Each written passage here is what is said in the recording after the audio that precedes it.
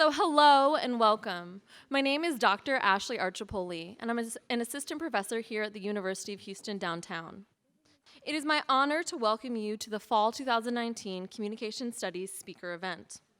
On behalf of myself, my co-organizer, Professor Bridget Mueller, who is welcoming you at the door, our student moderators, our esteemed panel, and the University of Houston downtown, we want to thank you for taking part in today's critical conversation. To lead us in this conversation, we have asked two students, and we will turn it over to them to act as our student moderators, but first I'll introduce them. Rico Henriquez and Nicole Zaldivar. So Rico first. Ricardo Henriquez, better known as Rico Suave, or as his on-air personality, is a scriptwriter, a UHD student, and UHD's iRadio station manager. Rico's past has lent itself well to his communication major. His radio shows, as well as how he networks. His dog is his sidekick, and his rings are his signature. Rico, like many students, was unsure of the direction that he wanted to take or should take, but as he continues to strive for success, he urges you to think about two things. Listen to UHD's iRadio, so a plug for that, and to ensure that you finish Gator Strong. So now for Nicole. Nicole Zaldivar began studying at the University of Houston downtown in the fall of 2017. Getting to know and to love UHD became easy for her because of UHD's safe environment and culture of embracing diversity. Nicole saw the communication studies major and sociology minor as an opportunity to develop core skills commonly required in the workplace, but more importantly, that it enabled an individual to become articulate and to be an engaged citizen who is able to participate in society and give back. She is forever grateful to UHD for helping her become a first-generation college graduate, and looking forward to achieve another meaningful milestone for her family and herself in this journey as she completes her master's of Science and Technical Communication at the University of Houston downtown. Our student moderators will lead us in this conversation and act as the lens for understanding this conversation. So now I will turn it over to Rico and Nicole.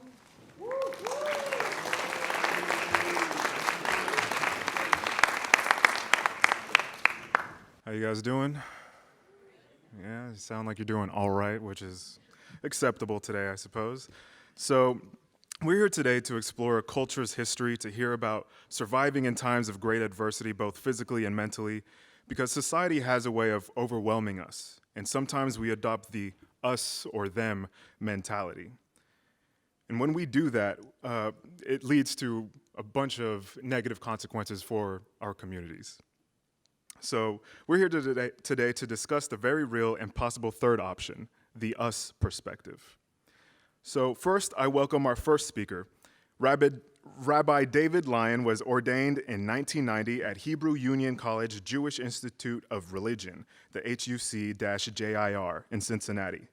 Rabbi Lyon has served as senior rabbi of Congregation Beth Israel in Houston since 2004. Rabbi Lyon is a vice president of the Central Conference of American Rabbis, the CCAR, the National Board of Reform Rabbis. In Houston, Rabbi Lyon is a board member of the United Way of Greater Houston, board member of Interfaith Ministries, a member of ADL's Interfaith Coalition, and a member of the Advisory Board of Holocaust Museum Houston. He is honored to be a lifetime honorary board member of the Institute for Spirituality and Health at the Texas Medical Center. Rabbi Lyon can be heard on iHeartRadio's KODA 99.1 FM every Sunday at 6:45 a.m. and on the podcast Heart to Heart with Rabbi David Lyon, which can be found at sunny99.com.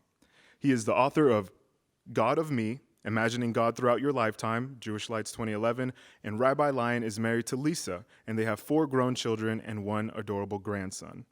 As a spiritual leader, please set the foundation for us to understand Judaism.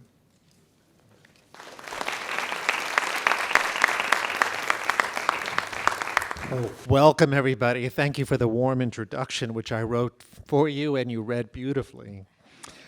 As a rabbi, I want to share with you a little bit of Jewish history, which really gets to the heart of what our subject is today. And I want to tell you that the oral story, storytelling itself, is really about Jewish survival and has always been a part of Jewish history.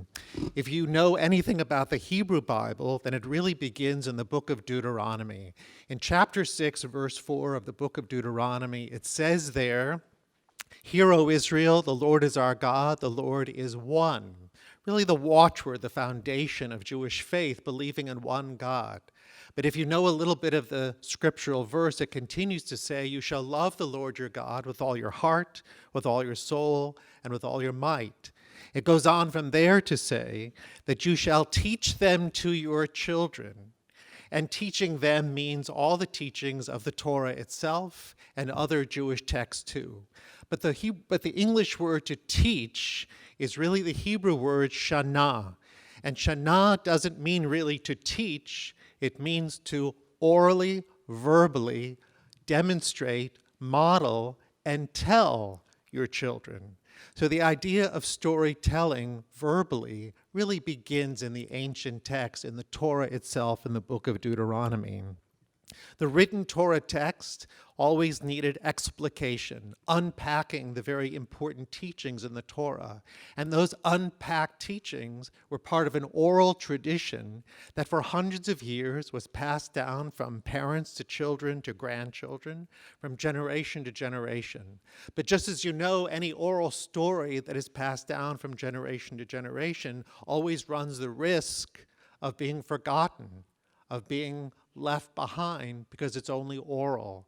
So eventually all of these unpacked teachings out of the Torah text itself, interpretations, stories, parables, all the different methods that we use to remember what is so important to our culture and tradition needed to be written down. The first time that all of these unpacked interpretations, stories, and parables were written down occurred around the 3rd century when Judah the prince, Judah HaNasi, composed them in what we call the Mishnah. The Mishnah is a text that was compiled around the 3rd century. If you hear it in your ear a little bit, you could hear the word Shana from the Torah in the word Mishnah, because both are the oral stories. It just so happens that the Mishnah itself is the oral story written down. By the time we jump to the Middle Ages, the idea of storytelling continues to be vitally important.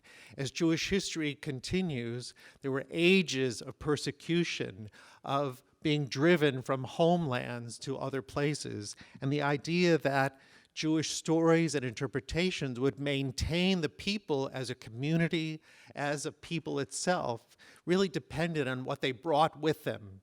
And when you're driven as a people, you don't take a lot of possessions with you. You didn't have a moving van. You didn't have a truck.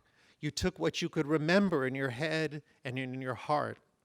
And very often those were the oral stories about ritual, yes, observance too, but even more important, it was the stories, parables, lessons about daily living, how to honor God, how to honor each other, and to build a community wherever people would go. So for example, in the Mishnah itself, in the oral stories that were composed, some very wise lessons were taught. Rabbi Hillel was one of the famous rabbis who was cited and quoted in the Mishnah. And he is known for raising the question, if I am not for myself, who will be for me? If I am not for myself, what am I? And if not now, when? So the question that Hillel raises, if I'm not for myself, who will be for me, raises the issue that in God's eyes and in the context of the community, we have a principal part that we have to play ourselves. We have to take care of ourselves. But if I'm only for myself, what am I? We're always connected to other people in our community and outside our community. And if not now raises the question that time is of the essence. Always in the present tense, we have to be preparing for tomorrow. There's also the wonderful story about the man who comes to Rabbi Hillel and his counterpart, Rabbi Shammai. You see, in stories, it's always good to build a little bit of tension. There's the antagonist and the protagonist. So Rabbi Hillel was always known as the patient teacher. Shammai earned a reputation as being not so patient. So a man comes to Rabbi Shammai and knocks on the door and says, teach me the entire Torah, that is, teach me your entire tradition while I stand on one foot. That's what we call in Yiddish chutzpah. That's a lot of nerve. That's a lot of gall. So Rabbi Shammai says, go away. This is ridiculous. You're being offensive, and I'm sending you away. Then he finds Rabbi Hillel's door and knocks on it, and when Rabbi Hillel answers, the man says, teach me the whole Torah while I stand on one foot. Rabbi Hillel says, patiently, what is hateful to you, do not do to others. That is the whole Torah. The rest is commentary. Go and learn it. Short, vivid, meaningful, Rabbi Hillel unpacks for this stranger who is unfamiliar with his ways how to understand what Torah is at its essence, to unpack it and go and learn it, which doesn't mean just go and learn it, but really means go and live it. What is hateful to you, do not do to others. That's the whole Torah. The rest is commentary. Stories are vivid, and in the Middle Ages, there's a wonderful storyteller named, as we call him for short, the Besht, the Baal Shem Tov. Now, the Baal Shem Tov is very famous in Jewish literature and in storytelling. And this is what has been said about the Baal Shem Tov and about the importance of storytelling. Because sometimes we conclude that storytelling is just a story. It's a fable. How can we really take it seriously? Don't let that confuse you. Storytelling, fables are remarkably important. Here's what a commentator said about the Besht, Rabbi Baal Shem Tov. Whoever believes all the miracle stories about the Baal Shem Tov is a fool. But whoever denies that he could have done them is a heretic. So where does that leave us? Somewhere in the middle. If you believe all of it, you're a fool. But if you don't consider the inspiration and the possibility of it, then you're a complete non-believer. So we're always living somehow within the struggle, the forces that pull us one way or the other, to learn from it where we can. So even if a story about the Baal Shem Tov never actually occurred, and there was no such miracle, it was in the power of the Baal Shem Tov to perform everything. It's a remarkable possibility that we can't live without this faith and hope in the story's meaning, but we're not sure that it really happened. So it's really going to be left up to us. But here are a couple of themes of the stories of the Baal Shem Tov. My one favorite story, and I don't have time to tell all of it, is about an old, poor, blind, childless man. An old, poor, blind, childless man who does good deeds all his life. And at some point in his life, the prophet Elijah is the one who will one day herald the coming of the Messiah. So when Elijah comes around, you perk up, you listen, it's a special moment. And Elijah approaches this old, poor, childless man who is blind and says, old man, you've been a good man doing good deeds all your life. We're going to grant you one wish. So this man is so excited all his life, old at this point, poor, blind, and childless. He gets one wish, and he goes home, and his wife helps him to craft this special wish that he would share with Elijah the next day when he comes around to see him. So what does the old man, who is poor, blind, and childless, ask of Elijah? I won't even give you a chance to guess, because here's what he says. He says, I wish to see my child eat from a golden plate. And in that one wish, he got everything that he never had. And Elijah, the story says, laughed.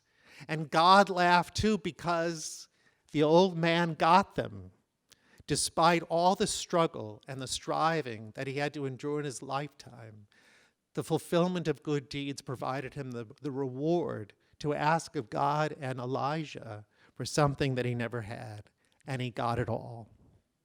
Another story that I love is about a man who is at home and with the children all around. We can all imagine it. In the morning we get up, all we want is our coffee, a little breakfast, maybe a little quiet before the busy day begins. But with the children running around and climbing all over us, we really want to go find a paradise that's quiet, coffee in the morning, and no trouble. So the man gets up in the morning and he says to his family, I'm leaving to find paradise. And to go through the story a little quickly, he goes on his journey, and by the time night falls, he needs to rest over the night before he continues his journey. He's very concerned about waking up in the morning and knowing which direction to continue going. So he decides to take his shoes off and leave them pointing in the direction he needs to continue going. In the middle of the night, as any good story would tell you, an imp, a devilish figure, comes and decides to play a trick on this man. Takes the shoes, he turns them in the opposite direction. So when he wakes up in the morning, he says, oh, I'm ready to go. My shoes are pointing in that direction. Off I go. And he comes back to the ridge overlooking the mountain. He sees the town in front of him, and what does he see? The familiar town that he left, the school, the library, the store, and finally he hears a woman's voice, just like his wife's. How strange that it must be.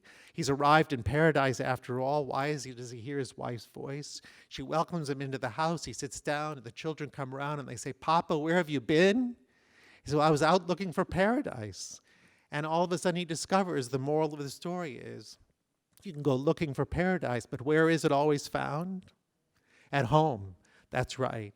So it's a beautiful story, too, told in our Jewish culture, that sometimes we think that life is better somewhere else, but very often, depending on where we're driven or where we land, home is always where our family, our culture, our heritage can be found.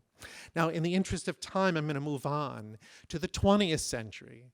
As between 1880 and 1912, more than 2 million Jews came to this country from Eastern Europe and from Germany.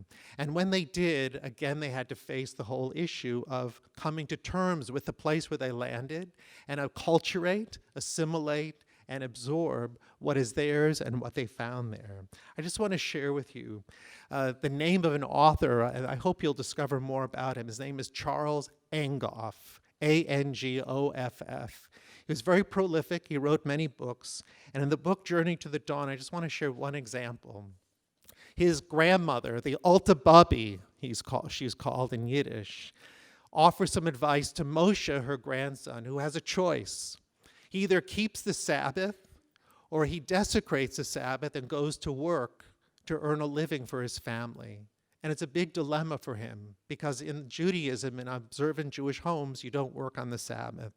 So the Alta Bubby, his grandmother, comforts him by asking him, Moshe, suppose you are the doctor. Would you light a light on Shabbos, which is also prohibited? Would you ride a streetcar on Shabbos to help ill children? And the answer is, of course, a doctor can desecrate the Sabbath in order to save a life and treat others. So Moshe was startled by the thought and by the clear implication of it. He said, if I were a doctor, I would, of course, do anything for my children on the Sabbath, too, for the rabbis permit it. But stories are not foolish.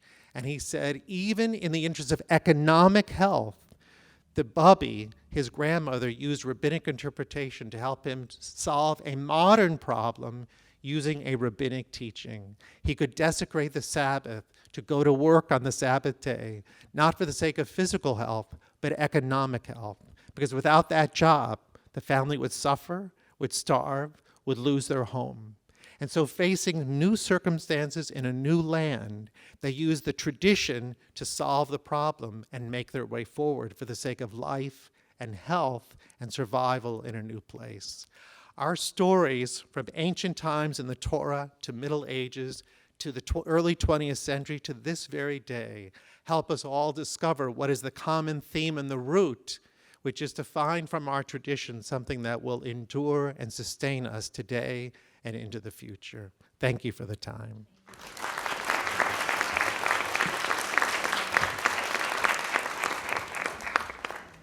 Thank you so much, Rabbi Lyon. Thank you, Rabbi Lyon. Our next speaker is Dr. Kelly J. Zuniga. She serves as the CEO at the Holocaust Museum Houston, which is dedicated to educating people about the Holocaust, remembering the 6 million Jews and other innocent victims and honoring the survivors' legacy. She is responsible for all museum operations and reports to a 32-member board of trustees and a 75-member board of advisors. She also serves as the CEO for the Holocaust Museum Houston Foundation Board. She earned her Doctor of Education from the University of Houston in Administration and Supervision, and in addition, she has earned a Master's of Business Administration from the University of San Diego and a Bachelor of Science in Finance from San Diego State University. Dr. Zuniga is a certified fundraising executive and adjunct lecturer at Texas A&M's University Bush School of Government and Public Service, and serves as an adjunct lecturer for Arts of Fundraising 1 at the Rice University Center for Philanthropy and Nonprofit Leadership at the Suzanne M. Glasscock School of Continuing Studies.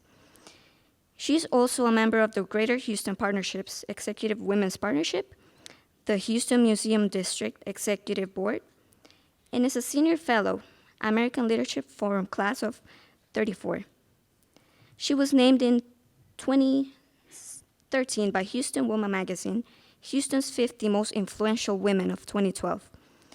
And in 2016, was awarded by the Association of Fundraising Professionals, Greater Houston Chapter, the M. Ann Murphy Award for Professional Advancement. In 2019, she was selected as one of Houston Business Journal's 29 Most Admired CEOs. Here's Dr. Kelly J. Zuniga.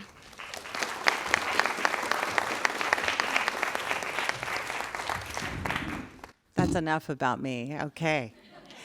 It's really, really nice to have the opportunity to be here, but I wanted to also recognize the fact that these wonderful gentlemen that are speaking today are both very much involved with our museum as well.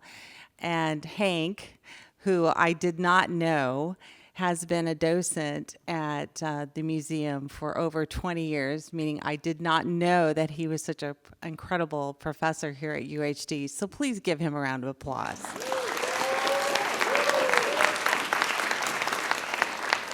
But Rabbi Line has supported the museum for many, many years, and it's just an honor to serve with him on the Board of Advisors, and his influence in helping us direct the museum is just so very important.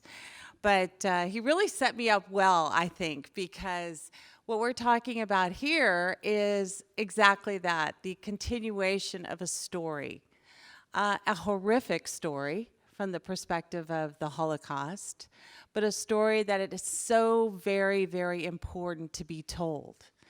And it's a story that begins in Houston in the early 1990s. But what's so fascinating about the story is that the story is such an old story, and the fact that Rabbi Lyon was able to interweave the importance of stories and how, in a modern sense, this is the same message. It doesn't change from the standpoint of its importance, but also the fact of the impact.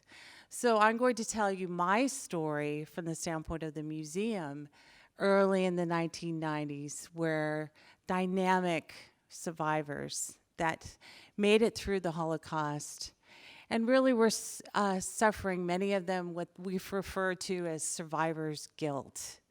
In other words, why did I survive? I don't want to talk about it. I want to assimilate in the United States or other countries. I just want to go through my life and begin again because their experiences were so horrific.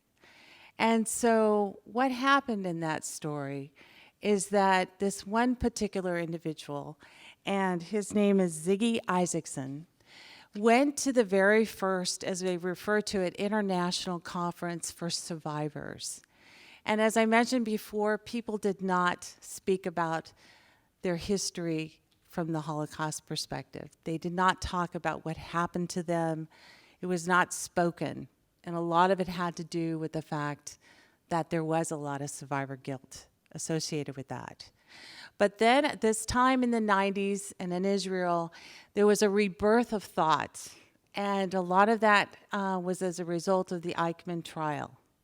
Because in the Eichmann trial, for the first time, there were testimonies. There were testimonies for almost a 2-week period, which were televised. It was the first televised trial in the state of Israel. And people heard their stories. They heard their pain. They understood for the first time just how horrific the Holocaust had been in a more detailed fashion, one that you'd never forget the stories. So as a result of that, this experience, people started to share. And they said, you know what? If we're going to keep this from happening again, we need to tell these stories. And they need to be told to everyone, not just those that are Jewish, those that suffered in the Holocaust, but they need to be remembered and never forgotten. Does that phrase ring a bell? To never forget. Exactly. The story shall never be forgotten.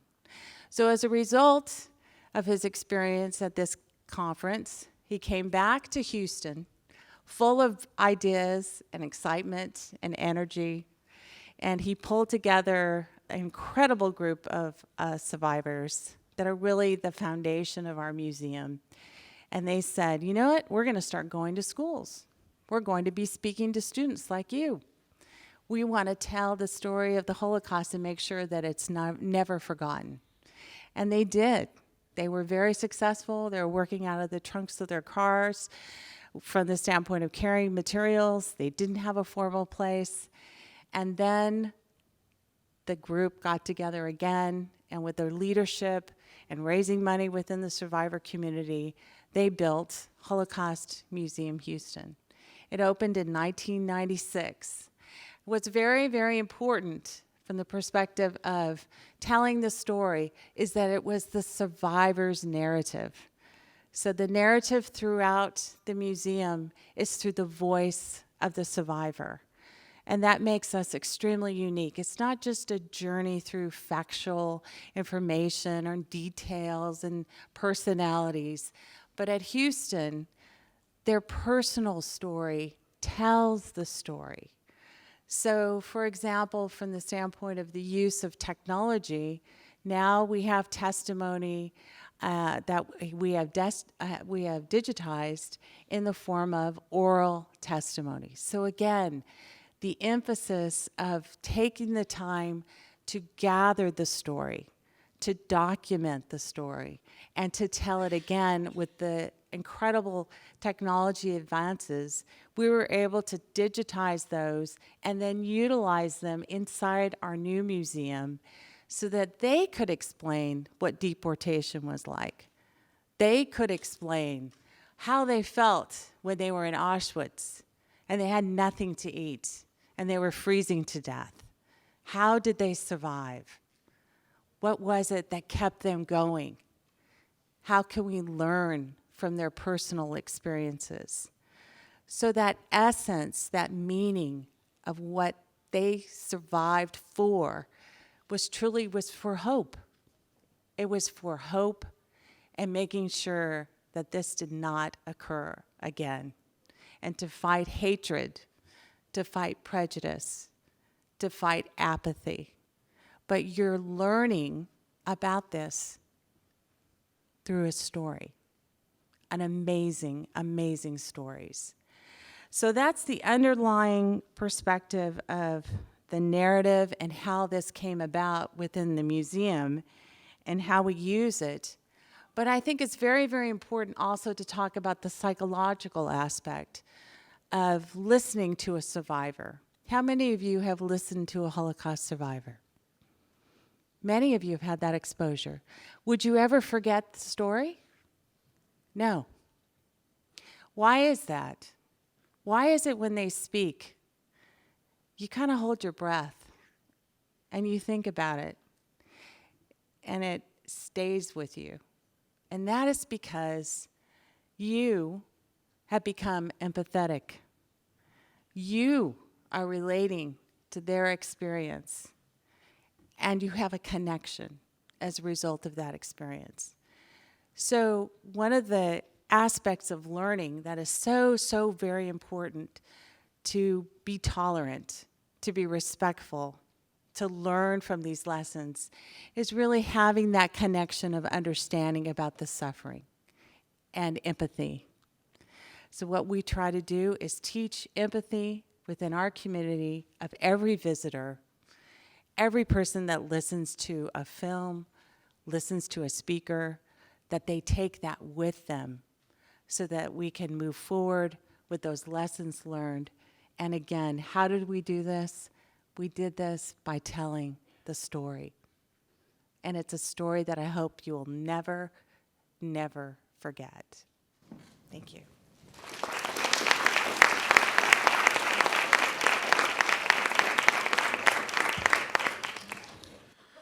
Thank you, Dr. Kelly J. Zuniga. Our third panelist is Dr. Hank Rubacek. Dr. Hank Rubacek is Professor Emeritus of Communication Studies at the University of Houston downtown. He was instrumental in developing the Division of Communication Studies at UHD and served as its coordinator for several years. He is an award-winning educator, included several times in Who's Who Among American College Teachers, creator and lead host of So What's Your Story on Houston's KPFT 90.1 FM, and author of several books, including So What's Your Story? Discovering the Story in You, and contributor to Studies in Mythology published by Oxford Press. He is an internationally sought-after workshop facilitator, contributor to Houston Matters, a Houston Moth storytelling champion, member of the National Storytelling Network and the Tejas Storytelling Association, and president of the Houston Storytellers Guild. He has been a consultant for Exxon, Marriott Hotels, Merrill Lynch, and the Houston Police Department, to name a few. Dr. R, as he is affectionately called, is a passionate advocate for tolerance, education, and a long-time docent at Holocaust Museum Houston. As a former student of yours, I know the importance of storytelling myself, but if you could please speak to the audience about its significance.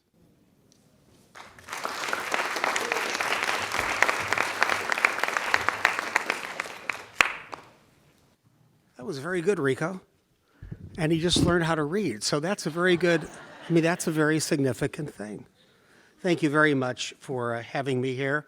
I really do mean it when I say that I'm pretty much small fry next to the other two panelists. In many ways, I respect them both for so many reasons. It really is a pleasure to be here, obviously, because this is my home. I've been here for 37 years. Many of you know that I'm a child prodigy. I started when I was 7. I don't know if you knew that. Yes, you'll catch up on that in just a moment, some of you, yeah.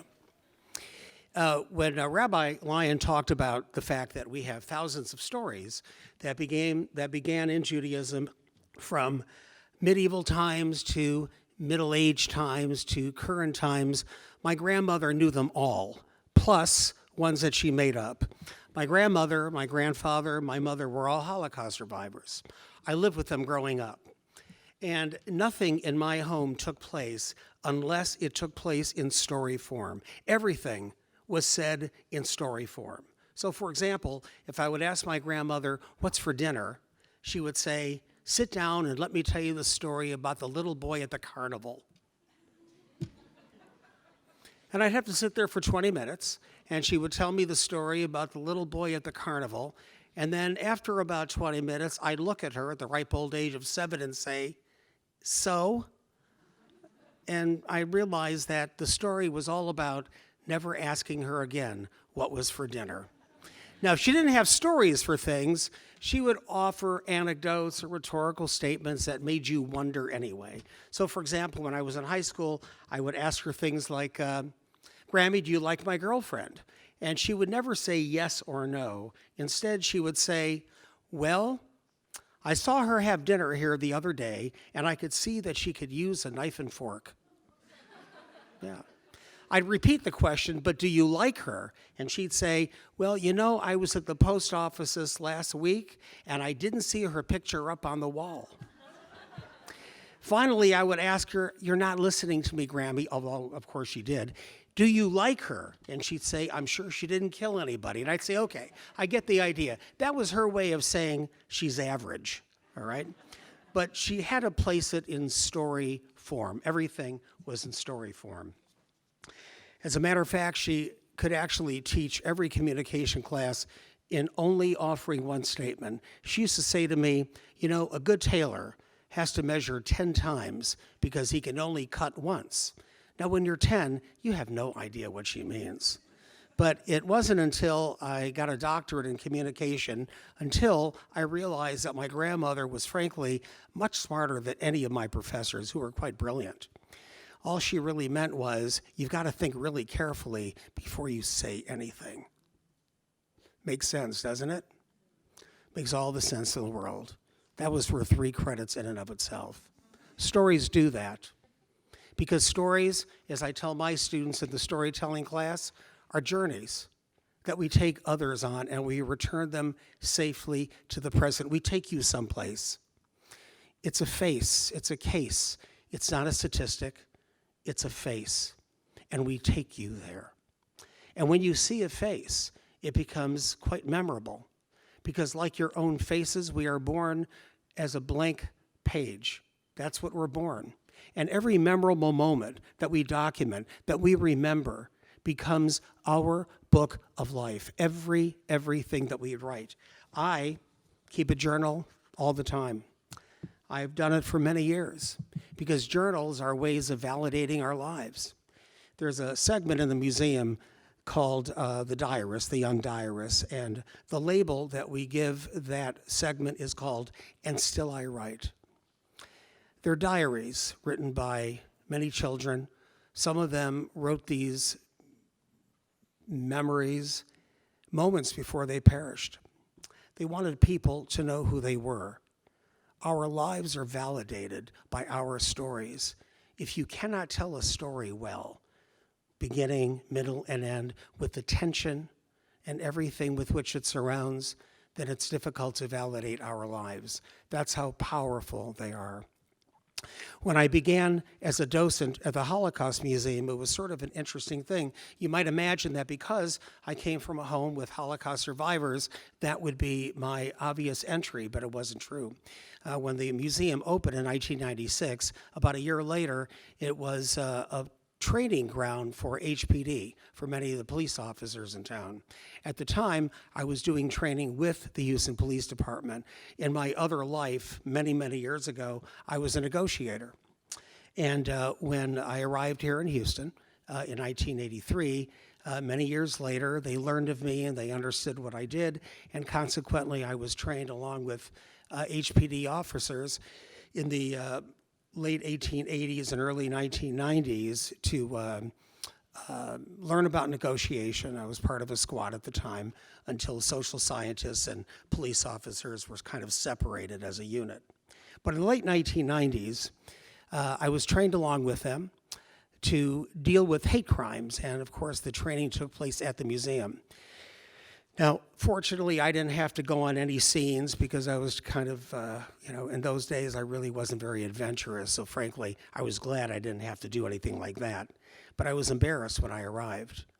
I was embarrassed because I look around the museum and I saw a story in which I took part all of my life. And I realized that my mother and my grandparents, who were alive at the time, were such an integral part of my life that I needed to do something for them, and more importantly, for myself. So I interviewed for a position as a docent, and I had the good fortune of becoming one. And when I did, my life entirely changed, entirely. What I realized what I was doing was something more valuable than you could ever put words to. The museum isn't only about the Holocaust. The Holocaust is viewed as a hate crime. And it was used and still is as a tremendously terrible historical case study. But hate hasn't gone away, has it? When I do tours, sometimes I see things that most people couldn't possibly fathom. I see chairs. I see people get to the ground on their knees and say a prayer. In their own words, in their own language, in their own religion. They say a prayer. The universality of what the Holocaust Museum does is unfathomable. A few years back, you'll know that we did Anne Frank here at school. Any of you remember that? Diary of Anne Frank? Some of you remember. And it was a wonderful moment for me. I came in one day, and there was one production that was dedicated to me. I didn't know why, but what happened is that I had taken the cast for a tour at the museum. None were Jewish. None knew anything about Judaism. It was a brilliant, brilliant production. You realize very quickly what it means to learn about the power of hate and what it can do. There's nothing good about hate. When I have students who come to the museum, they're all wearing their little name tags, and I do tours mostly with middle school kids, and they have little name tags on. And I say to them, Billy, if I'm your boss, and I tell you the only way to get a job is to push little Ashley down the stairs and break her legs, that's the only way to get her job. And of course, you're ridiculous enough to listen to me. So Billy pushes Ashley down the stairs and breaks her legs. And as promised, I give Billy her job. But now a police officer is going to place you under arrest because that's an aggravated assault. And when the cop asks you, why did you push Ashley down the stairs? What will you say? Well, the majority of middle school kids would say, well, because my boss told me so. But is it the boss's fault? It's not the boss's fault. It's your fault for making that choice. The museum is all about choices.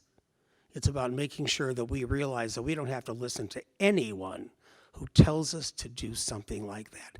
Anyone, not your professors who threaten you, you may think. An adult, I don't know if you realize this, but not all adults are smart. Did you realize that? I just wanted you to know that. We respect each other. We don't have to listen to people who tell us to do bad things. I tell them, for example, that if you see somebody getting beaten up in the schoolyard, I never want you to be placed in harm's way, but if you don't call 911, if you don't call the principal, you don't call an older kid, you don't call a teacher, and somebody gets hurt, you're liable. We call that the Kitty Genovese law. In 1968, a young woman was brutally murdered on her way home from a Brooklyn subway stop. 18 people watched from the comfort of their own homes. We do that constantly. The hottest places in hell are reserved for those who, in times of great moral crises, remain neutral. We never want to remain neutral. Never. The notion is for us to be never passive and compliant. Stories validate our lives. The museum validates the human story.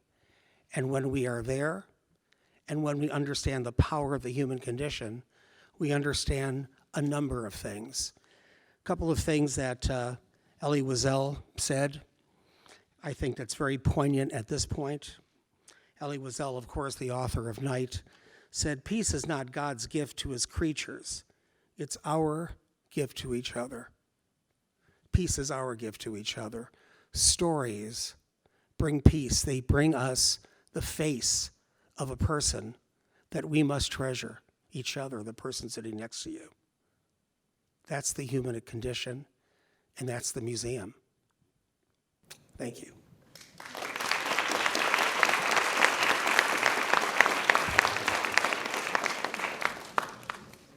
Thank you to our esteemed panelists for sharing with us your powerful words. Now that we've had a chance to hear from our panelists individually, we're going to have a moderated discussion.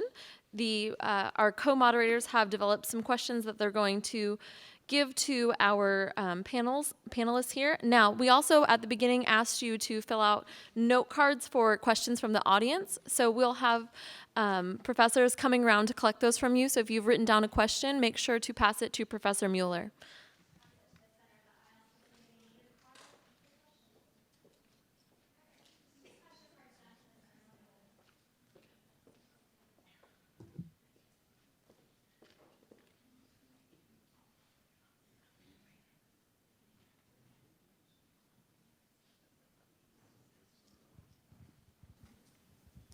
All right. Thank you guys for listening as well. I was waiting for the microphone to warm up, I suppose. So, Rabbi David Lyon, I wanted to ask you the first question. How do you use storytelling in your spiritual guidance? I know you mentioned some of the stories already, but how do you do it in a one-on-one setting? there's a lot of different roles that a rabbi plays. I think like storytelling has been a very important function of the relationship between the rabbi and our youngest children.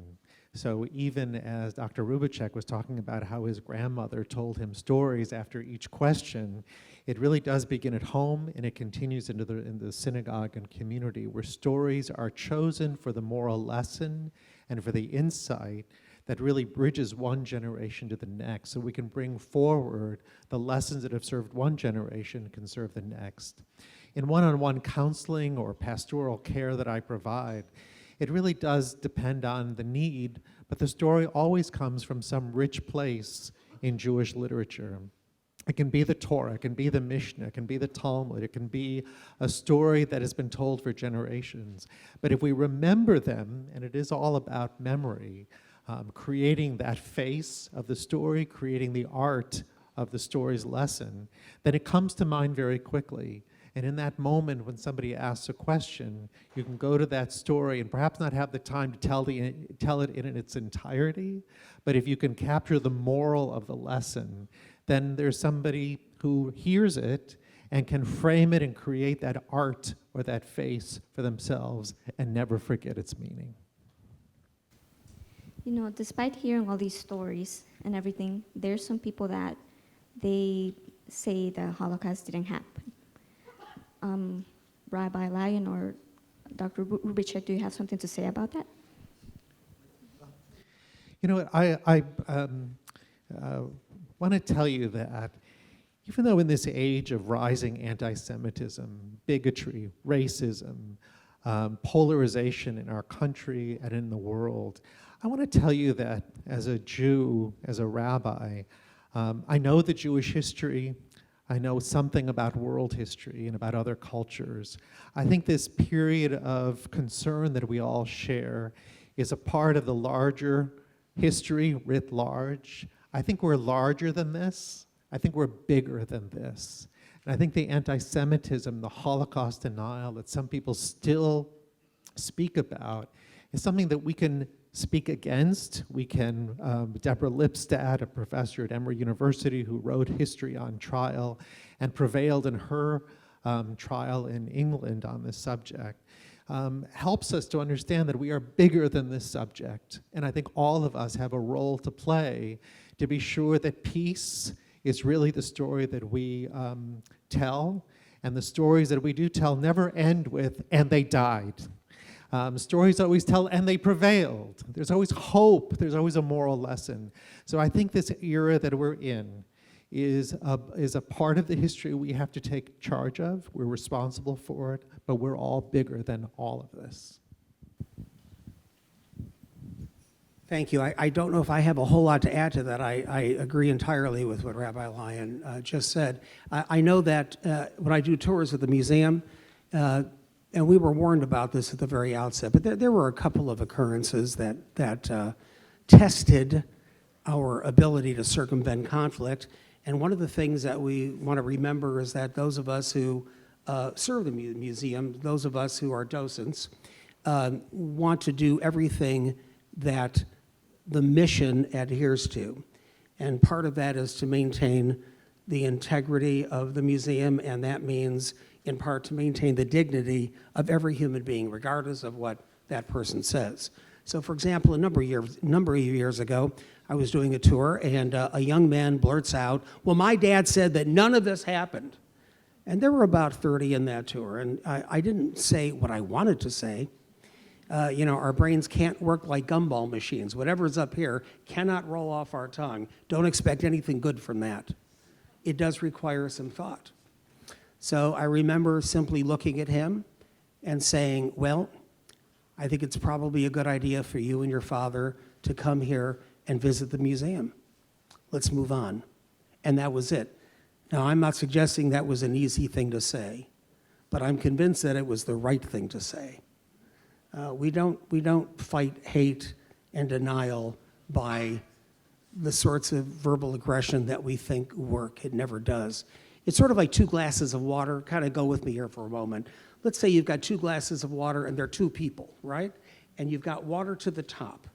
Things that we want to say. who will the receptor be, right? Two people in conflict will never, ever have any kind of a positive outcome. That, although there are very few standard absolutes, that is one of them.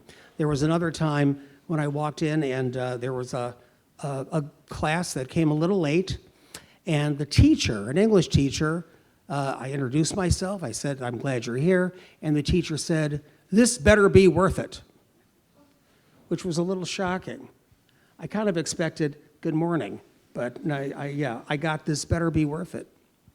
And I simply smiled after taking a little bit of a breath and said, I think it will be. And we moved on. Those are the things that we do because we learn how to fight not just denial, but hostility and hatred. We fight it by recognizing that people are going to deny, regardless of what we say. Our words won't convince them. It's showing them that will convince them, right? It's that face. That's the only way we're going to change people, is by realizing we can't change them, but we can only show them. It's all about showing. So this next question is for you, Dr. Zuniga. Have you ever had hate groups threaten the museum? Actually, we have several times, but anonymously, never in our face, but especially through social media. We have threats on a recurring basis. We get bomb threats calling into the museum particular times. Not often, but we've had at least 4 different examples of that. So again, it's more in an anonymous nature. We did have a situation one time when they were going, young children were going through, I say children, it's really high school students, were going through a tour, and one of the students carved a swastika into the wall in the actual core exhibition. And you know, it's similar from the standpoint of your comments. The officers wanted to arrest him for a hate crime. Well, that's not going to really solve anything, is it? So as a result, we asked him to come with his parents to the museum for 2 consecutive Saturdays to learn about the history of the Nazi regime and what happened during that time period. So, and what does that symbol mean? He didn't even know what that symbol where it originated from or what its meaning was behind it. So a lot of it can be eradicated through education. Nice. And what is one of the most powerful feedback you've received from one of your visitors? I had to think about this because there are so many positive comments, but probably the one that I remember the most is when a high school student turned to me. I was an African-American student, and he said, you know, I didn't realize that this isn't just a Jewish problem, but this is a problem for all humanity. And it connected with him, so I felt really, really positive about that. And also you were saying, does it make a difference? I see a changed way in the way they speak, think, the impression after they've had that experience with going to the museum. Absolutely. So Dr. Rubicek, you produce and host a storytelling program on KPFT, an affiliate of Pacifica Radio, a broadcast system founded after World War II to advocate freedom of expression. How does your work as a docent at the museum relate to what you do on KPFT? That's a great point. You know, some of you may remember on August 19th, the cluster of students doing the Heil Hitler in Pacifica High School. Does anybody remember that? Pacifica High School, Pacifica Radio. It is called Pacifica Radio because it began in Pacifica, California. It's significant because this is a venue for peace that became a stage for violence. Teachers didn't know what to do. They didn't know whether to punish the students. They had no idea. That's the kind of passiveness that we want to avoid.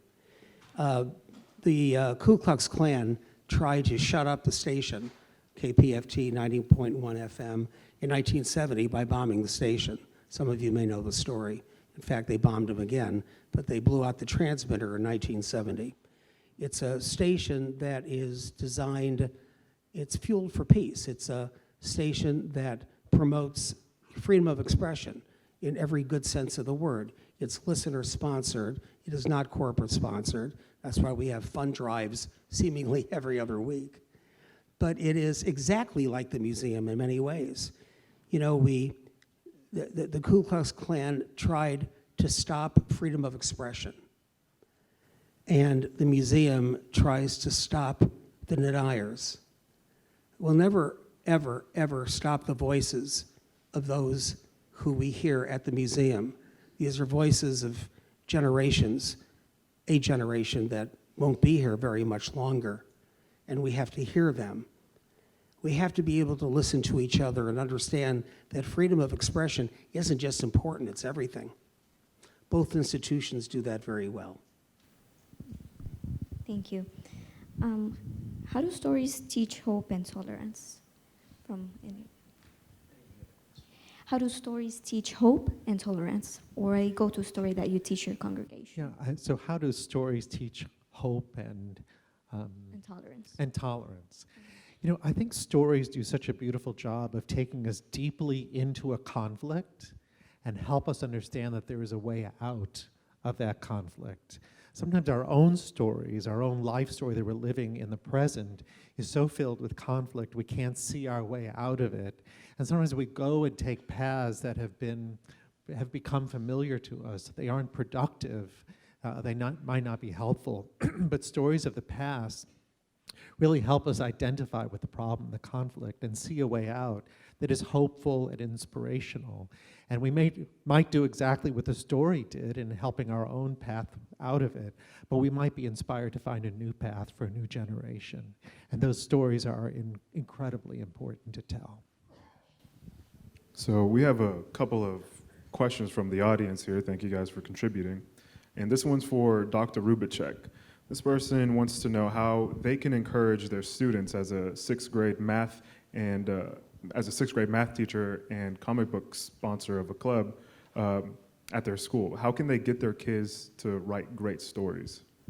Wow, that's impossible, Rico. What is that? Okay, yeah, that is a very challenging question, and it kind of puts me on the spot because I believe that being able to tell stories applies to every subject matter. Here's a story why I hate numbers because only kidding. The notion is that getting people to write freely is sometimes the best way to get them to write at all. So for example, if you're trying to get students to write about anything for math or the comic book club, it doesn't make any difference.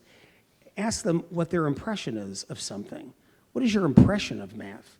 Now that may seem like a really bizarre question, but I have impressions of math. I can write an awful lot about math. It makes no sense. It gives me a headache. In fact, it gives me a migraine if I think of it too much. And I can go on and on and on. I think about the calculator for lunch bunch. I can think of a number of different things when I think of math. And when we think very freely, right? When we think very freely, we are writing stories.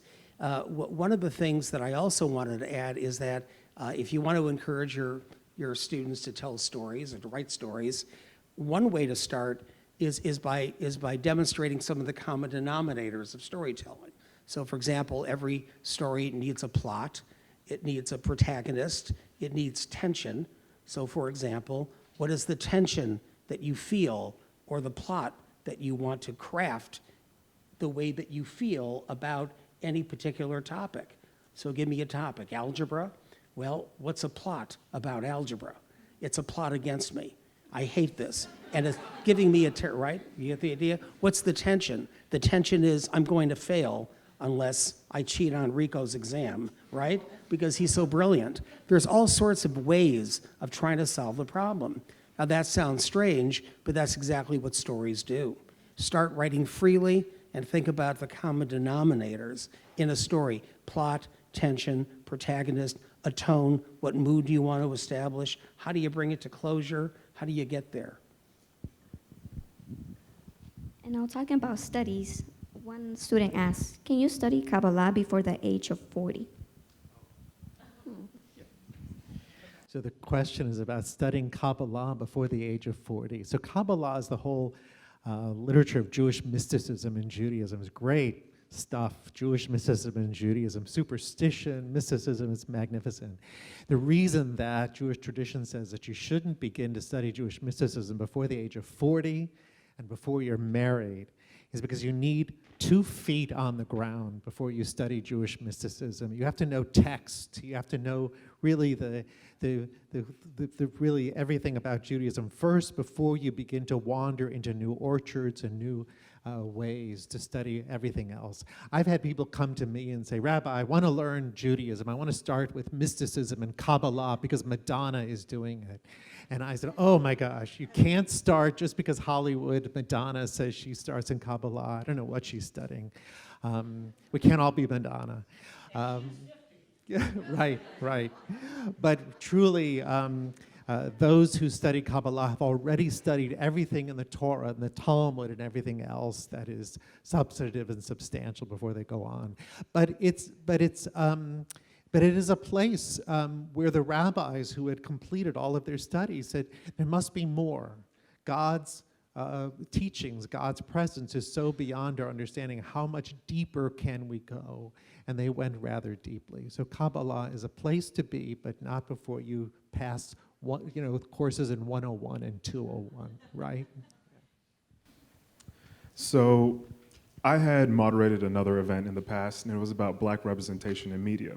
And one of the student questions at the time was, and this is coming from a white guy, how does a white guy ask Black people questions without being insensitive? So I kind of posed the same question to you guys. How can someone outside of the faith, the culture, and the community ask you guys about that? Well, I think we should pass the microphone, but I want to begin by saying it really begins with validation. I think it's very important to validate another person. As a rabbi speaking very traditionally about certain subjects with people, I had a young woman who came to visit with me, and she said that her name is no longer Sarah, her name is B-E. She just is. So she was introducing me to this generation that is non-binary, choosing pronouns, all of this, which is, there's no place for, it's not described in the Mishnah and the Talmud and Jewish source texts. So I said to her, look, I've taught you for years in religious school and about Judaism. I'm open, I want you to teach me. We're all learners. So if I stumble in front of you with something that I say, I want you to teach me and help me over that obstacle so we can continue to communicate and understand each other. So it's as true in the study of the Holocaust and other cultures. If I say something wrong, if I don't understand, don't be offended. Help me over this obstacle so that I can continue learning. And I think that's, I've said that not only to her, but to others who are different from me. Help me understand, teach me. And I am not Jewish, I'm Catholic. And so from the standpoint of learning from my Jewish brothers and sisters, that's exactly what it's been like. Very open, very much interested. I'm interested in the faith, interested in understanding the traditions and the meanings behind it, because there are so many parallels. So for me, I'm learning something probably that enhances my faith at the same time as learning about Judaism. But also, I think, like you said, is that respecting the other individual for their beliefs, and it really enhances the relationship and deepens the relationship as a result of that. So, Of course, recognizing similarities are nice. Like Kelly was saying, she's Catholic. And, you know, Jews invented guilt and Catholics kind of perfected it. Did you know that? Yeah. So it's right. So that, you know, it depends a lot on the context. It really does. In communication, we're always concerned about context, and we should be. So, for example, if you're on a date, if you're in a situation where you are just wanting to access some information about someone, it might be best to identify good questions that really can solicit comfortable disclosure from the other.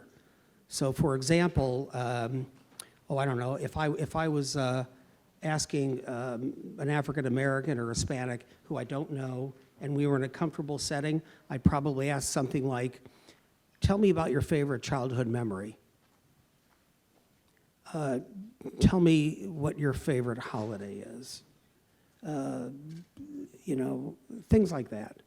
I think that neutralizing it by getting some very human disclosure that any one of us would feel comfortable in sharing is probably the most effective way to do it, given the context. Does that make sense? Yeah. Do you, the panelists, believe that the internet has influenced how anti-Semitism has spread into groups that seem to find community in them? If so, do you also believe these people are uneducated or educated, maybe? Yes, the role of the internet and spreading Semitism.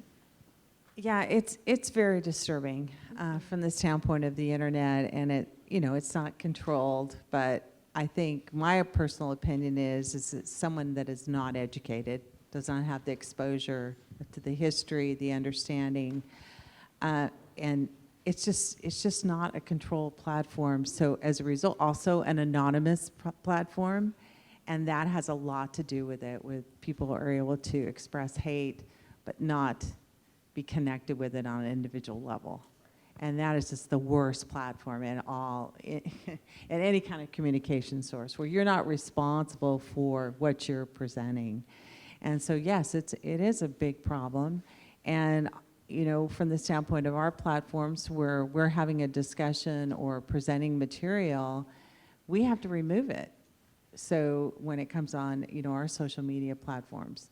And it's just something that we have to fight and present, obviously accurate information, unbiased information. Thank you for that. I think you're absolutely right. I remember learning, don't do anything that you wouldn't want your mother to read about in the headlines of the newspaper. And today it isn't the print paper, it's social media. Everything is constantly recorded and nothing ever goes away. So we have to our footprint follows us for a long time. Hank, did you want to? Thank you. These are great comments, and these are very good questions, by the way, and this is a very important one. It is about a lack of education, it is, but there's something we have to learn fundamentally, and that is that we can't make things up, we have to learn things. That's the most important thing that everybody here needs to know. You can't make things up, you have to learn things. But that said, realize that Germany was a very, very, very smart country when all of this happened. We're talking about a country that made an indelible mark on European culture. And people want to believe what they want to believe. And that's not a good thing. Nazism wasn't just a political movement, it was a way of changing people's lives in many different ways, about education, about religion, about art, about a number of things. We have to realize that education is the antidote for narrow-mindedness and prejudice. We have to understand that knowing things is important. Making things up is bad. It always leads to bad consequences. So, Dr. Rubicek, what does storytelling teach more effectively than any other form of communication? It teaches human expression. I can say that very comfortably with a great deal of conviction. It teaches human expression. You cannot tell a story without having a sense of who you are. So it has a great deal to do with your self-concept, how you define yourself. Your ability to tell folk tales and fables with an understanding of the parables that follow them is essential. But when we tell stories about ourselves or about lives of others that we know, we do it with tremendous compassion and sensitivity. It's empathy incarnate. You cannot tell a story without having a face and understanding that you are responsible. You are responsible for telling a narrative about that face. And that teaches ownership and accountability. And those are two very powerful byproducts of what we learned from the Holocaust. My grandmother always said, it's an old Yiddish expression, what's truer than truth? The story.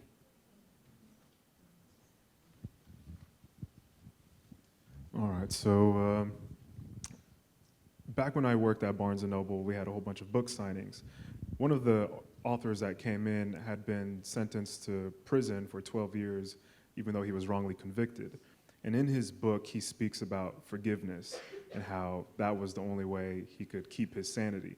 And there was another author who was imprisoned for 30 years, also falsely convicted. How important is this act of self-care to people who are marginalized in a discriminatory community? And this is for anyone. I'm glad you asked about that, because I plan to speak on it, but it is absolutely the most fascinating part of working with survivors and those that go on and have healthy, productive lives, is exactly that key element of forgiveness. And so those that have forgiven the perpetrators, they've moved on in their life, they have quite a bit of joy, and also they are just espouse love to others. They're the most giving, open individuals you've ever met. Pretty amazing people that to have gone through all this hate and suffering, but then because they forgave their perpetrators and what had happened, are able to move forward and have productive lives.